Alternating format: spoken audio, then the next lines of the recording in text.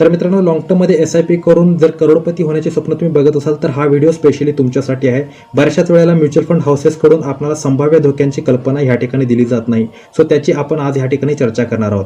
पहिला संभाव्य धोका आहे तो म्हणजे फंड मॅनेजर बदलण्याचा. बऱ्याचशाच वेळेला म्युच्युअल फंड हाऊसेस त्याचा फंड मॅनेजर बदलतात, जेणेकरून त्याचा थेट परिणाम तुमच्या रिटर्न्सवर होऊ शकतो. बऱ्याचशाच वेळेला तुमचे रिटर्न्स निगेटिव्ह सुद्धा होऊ शकतात. दुसरा संभाव्य धोका आहे मित्रांनो, बऱ्याचशाच वेळेला म्युच्युअल फंड हाऊसेस एखाद्या स्कीममध्ये इन्व्हेस्टमेंट घेणं कम्प्लिटली थांबवतात, कारण फंड साईज मोठी झाल्यामुळे त्यांना ती हँडल करणं अवघड होऊन जातं.